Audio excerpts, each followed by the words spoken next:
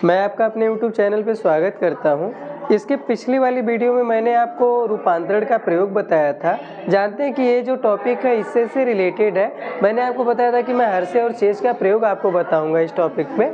लेकिन मैंने आज जब सुबह की क्लास में बच्चों को पढ़ा रहा था तो उनको मैं DNA की संरचना पढ़ा रहा था, तो कहीं पे उनको कन्फ्यूजन थी कि सर क्या होता है न्यूक्लिक एसिड। आप जानते हैं कि जो DNA की आणविक संरचना होती है उसमें आपने देखा होगा कि किस तरीके से जो न्यूक्लिक एसिड होते हैं अलग अलग RNA होता है, DNA होता है, उसमें उसकी संरचनाएं कैसे होती हैं। ठीक है, तो आप ध्यान देंगे कि जो ये न्यूक्लिक अम्ल है, ठीक है, न्यूक्लिक अम्ल के कितने टाइप्स होते हैं मैं आपको ध्यान दीजिए, मैं आपको इस शॉर्ट वीडियो में पूरी अच्छे ढंग से ये समझाने में सफल रहूँगा कि आप अगर इस सारे वीडियोस को आप देख लेते हैं तो इसमें आपको एक प्रॉपर कॉन्सेप्ट मिल जाएगा कि DNA क्या होता है, RNA क्या होता है, DNA कैसे बनता है, DNA द्विकुंडलित कैसे होता है, क्षार क्या होते हैं, नाइट्रोजनी बेसिस क्या होते हैं, न्यूक्लियोसाइड क्या होते हैं, न्यूक्लियोटाइड क्या होते हैं। यानी ओवरऑल जो आपका एक बेसिक कॉन्सेप्ट होता है DNA को लेकर के, वो सारे कॉन्सेप्ट मैं आपको यहाँ पे क्लियर कराऊंगा इस शॉर्ट वीडियो में। तो आते हैं, देखिए यहाँ पे लिखा है आपका न्यूक्लिक अम्ल। आप जानते हैं कि जो न्यूक्लिक अम्ल होता है उसे इंग्लिश में हम न्यूक्लिक एसिड कहते हैं। इसमें आप जानते हैं कि जो न्यूक्लिक अम्ल होते हैं उसके कितने टाइप होते हैं। आप ध्यान से देखेंगे तो इधर मैंने एरो बना करके दिखाया हुआ है।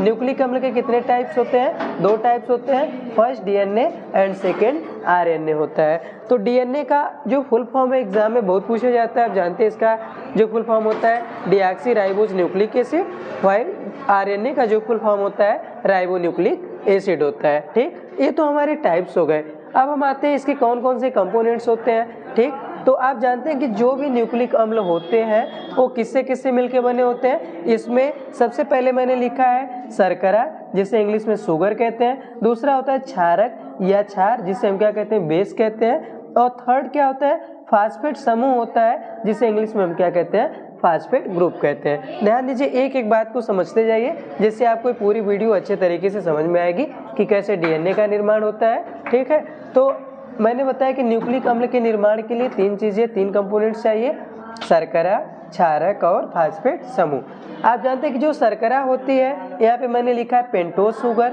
पेंटोज शर्करा। अच्छा, पेंटोज क्यों कहते हैं? क्योंकि नंबर ऑफ कार्बन कितने होते हैं, 5 होते हैं, तो इसलिए इसको हम क्या कहते हैं, आपका पेंटोज शर्करा कहते हैं या पेंटोज शुगर कहते हैं। अब जानते हैं कि जो पेंटोज शर्करा होती है वो 2 टाइप्स की होती है, 2 टाइप्स होते हैं। एक होती है आपकी राइबोज शर्करा या राइबोज शुगर, और दूसरी होती है डीऑक्सीराइबोज शुगर। तो जो डीऑक्सीराइबोज शुगर होती है, इसमें आप जानते हैं कि 5 कार्बन मॉलिक्यूल्स है। तो यहाँ पे डीऑक्सी का जो मीन्स होता है या डीऑक्सी का मतलब होता है, वो होता है कि डिफिशियंसी ऑफ 1 ऑक्सीजन एटम। जब मैं आपको वहाँ पे पेंटोज शुगर की संरचना दिखाऊंगा तो वहाँ पे मैं आपको बताऊंगा कि किस तरीके से एक ऑक्सीजन कम होने पे उसे डीऑक्सीराइबोज कह देते हैं, और ऑक्सीजन की जब मात्रा आपकी पूरी रहती है तो कैसे उसे राइबोज शुगर कहते हैं। तो ध्यान दीजिए, जो पेंटोज शुगर होता है उसके 2 टाइप्स होते हैं। एक होता है आपका राइबोज शुगर और दूसरा होता है डीऑक्सीराइबोज शुगर। जो राइबोज शुगर होता है वो आपका RNA में पाया जाता है, जबकि जो डीऑक्सीराइबोज शुगर होता है वो आपके DNA में पाया जाता है। ठीक है, पहला कॉन्सेप्ट आपको क्लियर हुआ कि पहला क्या रहना चाहिए, शर्करा रहना चाहिए। दूसरा आता है आपका क्षार आता है। तो आप जानते हैं कि जो क्षार होते हैं जिन्हें हम बेस कहते हैं, आप जानते हैं कि जो नाइट्रोजनी बेसिस इसे कहते हैं। ये नाइट्रोजनी बेसिस कौन कौन से होते हैं? इसके 2 टाइप है, पहला है प्यूरिन और दूसरा है पिरिमिडिन। आप जानते हैं कि जो प्यूरिन है इसके भी कितने टाइप्स होते हैं, मैंने मॉर्निंग में लिखा था तो थोड़ा बहुत इरेज हो गया होगा, तो आप उसको समझ लीजिएगा। इसमें एक होता है एडेनिन और दूसरा क्या होता है, ग्वानिन होता है। तो एडेनिन को हम शो अप करते हैं A से और ग्वानिन को G से। इसके बाद पिरिमिडिन के कितने टाइप्स होते हैं? 3 टाइप्स होते हैं, थायमिन, साइटोसिन एंड यूरेसिल।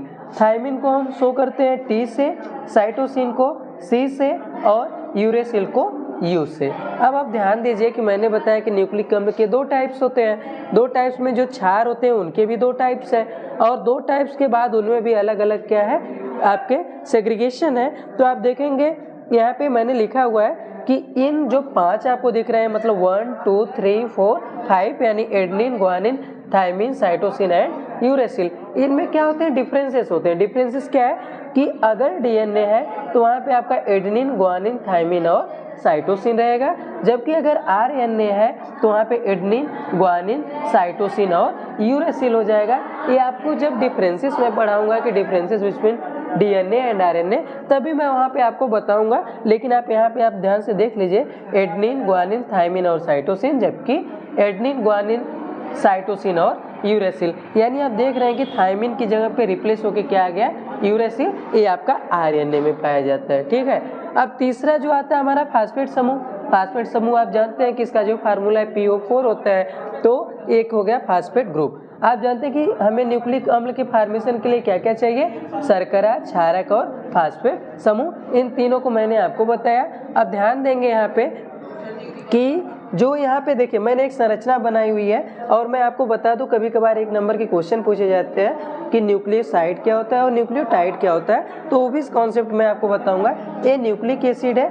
यहाँ पे ध्यान से देखिए इस संरचना को, यहाँ पे मैंने ये 5 कार्बन वाला पेंटोज शुगर बनाया हुआ है, और यहाँ पे मैंने दिखाया हुआ है फॉस्फेट समूह, और यहाँ पे मैंने दिखाया हुआ है क्षार, जिसे हम क्या कहते हैं, बेस कहते हैं, और ये क्या है, फास्फेट समूह है, और ये क्या है, हमारा पेंटोज शुगर है। तो ध्यान दीजिएगा, जब ये तीनों मिलेंगे तभी हमारे वो आपके न्यूक्लियोटाइड का फॉर्मेशन होगा। तो आप ध्यान दीजिएगा, फास्फेट समूह बाद में जुड़ता है, इसके पहले जो आपका पेंटोज शुगर है और जो क्षार होता है, इन दोनों को मिला करके हम क्या कहते हैं, न्यूक्लियोसाइड कहते हैं। ठीक, देखिए मैंने यहाँ पे लिखा है कि जो शुगर होता है और जो बेस होता है, इसे मिला करके हम क्या कहते हैं, न्यूक्लियोसाइड। यहाँ पे मैंने लिखा हुआ है। अच्छा, इस संरचना को न्यूक्लियोटाइड कब कहेंगे, न्यूक्लियोटाइड हम तब कहेंगे जब इसमें हम ऐड कर देते हैं एक फास्फेट ग्रुप को, यानी जब हम इसमें एक फास्फेट ग्रुप को ऐड कर देते हैं तो उसे हम क्या कह देते हैं, न्यूक्लियोटाइड। TIDE याद रखिएगा, यहाँ पे TIDE लास्ट में रहता है। जब केवल शर्करा और क्षार जुड़े रहेंगे, ये शर्करा और ये क्या है, क्षार। क्षार में मैंने ध्यान से देखिएगा यहाँ पे लिखा है कौन कौन से क्षार होते हैं आपके, एडेनिन, ग्वानिन, थायमिन और साइटोसिन। आप जानते हैं कि डीएनए की संरचना में क्षार आपके उपस्थित होते हैं। तो आपका शर्करा और क्षार रहेगा तो उसे हम कह देंगे न्यूक्लियोसाइड।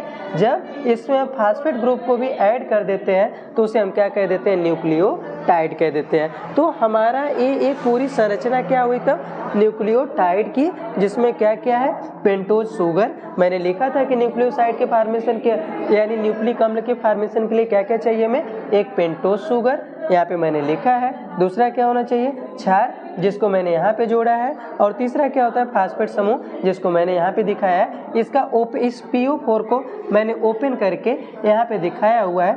ये जो आपका 5 कार्बन, आप जानते हैं कि 1 2 3, यहाँ पे काउंट करेंगे तो 2, यहाँ पे 2 3 4 5, तो इसमें यहाँ पे टोटल 5 हो जाएगा। तो इसमें जो आपके सॉरी, इसको मैं इरेज कर देता हूँ, देखिए यहाँ से। तो ये आपका जो इधर से काउंट करिए तो ये आपका 1 2 3 4, तो यहाँ पे जो ए वाला एंड होता है, यहाँ पे आप फास्फेट समूह को जोड़ देते हैं, और जो इधर वाला एंड है आपका, आपके राइट साइड में, इधर हम क्या जोड़ देते हैं, आपके क्षार को जोड़ देते हैं। ठीक, उसके अलावा इसमें HOH, OH और H होता है। जब हम इस बॉन्ड के साथ उसको जोड़ेंगे तो वहाँ से आपके उसको क्या करते हैं, रिमूव कर देते हैं। तो ध्यान दीजिए, मैंने आपको बताया था पिछले में यहाँ पे कि क्यों हम इसे डीऑक्सीराइबोस कहते हैं और क्यों राइबोस कहते हैं। तो आप ध्यान देंगे कि यहाँ पे होता है OH। ठीक, जब आप कंप्लीट संरचना देखेंगे, स्ट्रक्चर देखेंगे, तो यहाँ पे होता है OH। जब यहाँ पे एक O हम क्या कर देते हैं, रिमूव कर देते हैं। ठीक, एक O को हम क्या कर देते हैं, रिमूव कर देते हैं, तो ये हो जाता है डीऑक्सीराइबोज शुगर। अब इस डीऑक्सीराइबोज शुगर कहाँ पाया जाता है, आपके डीएनए में पाया जाता है। तो जो डीऑक्सीराइबोज शुगर है वो कहाँ पाया जाएगा, डीएनए में। क्यों हम इसको डीऑक्सीराइबोज कहते हैं, क्योंकि डिफिशियंसी ऑफ 1 ऑक्सीजन एटम, यहाँ पे एक ऑक्सीजन एटम कम होता है, इसीलिए इसे हम क्या कहते हैं, डीऑक्सीराइबोज शुगर।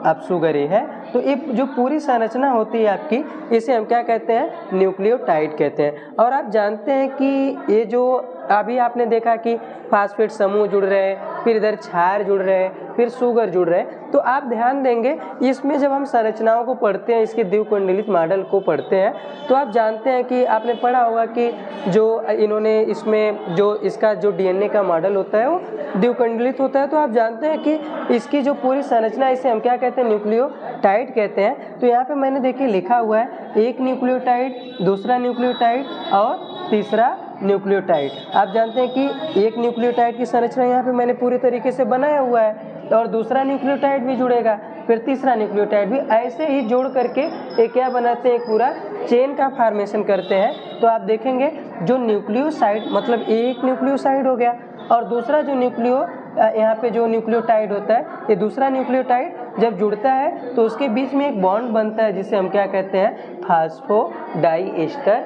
बॉन्ड। ठीक, ध्यान दीजिएगा, ये पूरी एक संरचना क्या है, न्यूक्लियोटाइड की संरचना है। ये न्यूक्लियोटाइड की अलग अलग संरचनाएं जब आपस में जुड़ती हैं तो उसे हम क्या कहते हैं, वो अलग अलग पूरा जो चेन बना लेती हैं। तो वो जो चेन जुड़ता है एक दूसरे से न्यूक्लियोटाइड का, वो जुड़ता है आपके फास्फोडाइएस्टर बॉन्ड के द्वारा। ठीक, पहला बॉन्ड याद रखिएगा, फास्फोडाइएस्टर बॉन्ड। और दूसरा जो बॉन्ड बनता है ये शुगर और क्षार के बीच में, इसे हम कहते हैं ग्लाइकोसिडिक बॉन्ड। मैं यहाँ पे लिख दे रहा हूँ, ग्लाइकोसिडिक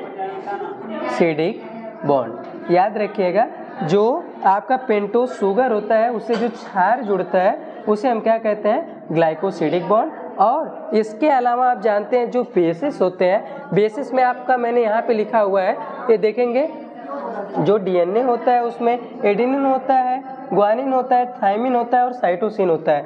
तो जो ए और टी आपस में जुड़ते हैं इसे हम कौन सा बॉन्ड कहते हैं, हाइड्रोजन।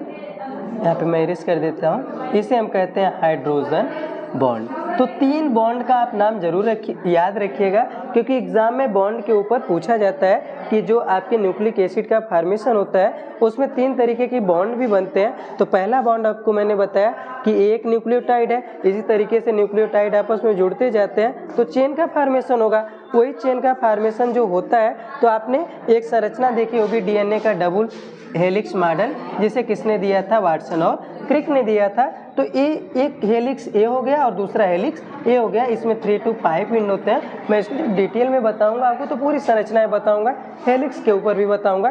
तो एक हेलिक्स आपका ये हो गया और दूसरा हेलिक्स ए हो गया, तो इसे हम क्या कहते हैं, डबल हेलिक्स कहते हैं। अब आप जानते हैं 3 to 5 होता है और 5 to 3 होता है। इसके बीच क्या होते हैं, आपके जो बेसिस होते हैं इस तरीके से आपके जुड़े रहते हैं। तो इसको ध्यान दीजिएगा।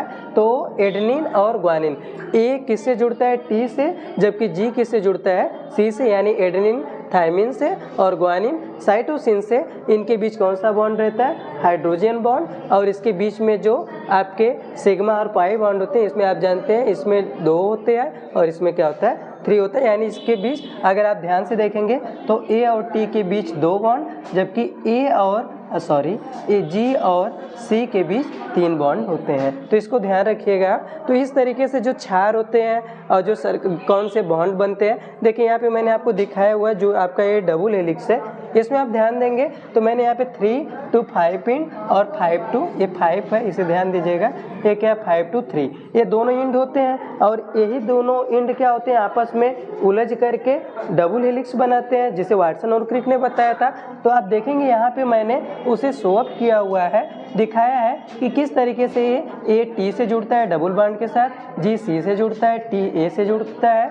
इस तरीके से आपस में जुड़ करके ये डबल हेलिक्स का फॉर्मेशन करते हैं। आप देख रहे हैं यहाँ पे मैंने एन लिखा है। एन का मतलब होता है ये जो अलग अलग न्यूक्लियोटाइड हैं, ये अलग अलग न्यूक्लियोटाइड किससे जुड़े होते हैं, फास्फोडाइएस्टर बॉन्ड के द्वारा। अब जब ये ढेर सारे आपके हो जाते हैं तो ध्यान देंगे यहाँ पे मैंने क्या लिखा है, पॉलीन्यूक्लियोटाइड। जब कई सारे न्यूक्लियोटाइड्स आपस में जुड़ जाते हैं तो उसे हम क्या कह देते हैं, पॉलीन्यूक्लियोटाइड। और यही पॉलीन्यूक्लियोटाइड की जो चेन होती है ये डीएनए की संरचना का क्या करती है, निर्माण करती है, जिसे हम double helix model of DNA भी कहते हैं। तो मेरा जो आपको बेसिक कॉन्सेप्ट को लेकर के था कि क्या होता है आपका डबल हेलिक्स कैसे बनता है, न्यूक्लिक अम्ल क्या होता है, ग्लाइकोसिडिक बॉन्ड क्या होते हैं, जो अलग अलग कुछ कॉन्सेप्ट थे आपको, इसको मैंने दिया। अब मैं आपसे अगली वीडियो में मिलूंगा। तो अभी मैंने आपको कहा था पिछली वीडियो में कि हर से और चीज़ का प्रयोग भी बताना है, तो उन दोनों में से मैं कोई एक वीडियो को लेकर आऊँगा। तब तक आप मेरी वीडियो को देखते रहिए। मिलते हैं अगली वीडियो में, तब तक के लिए धन्यवाद।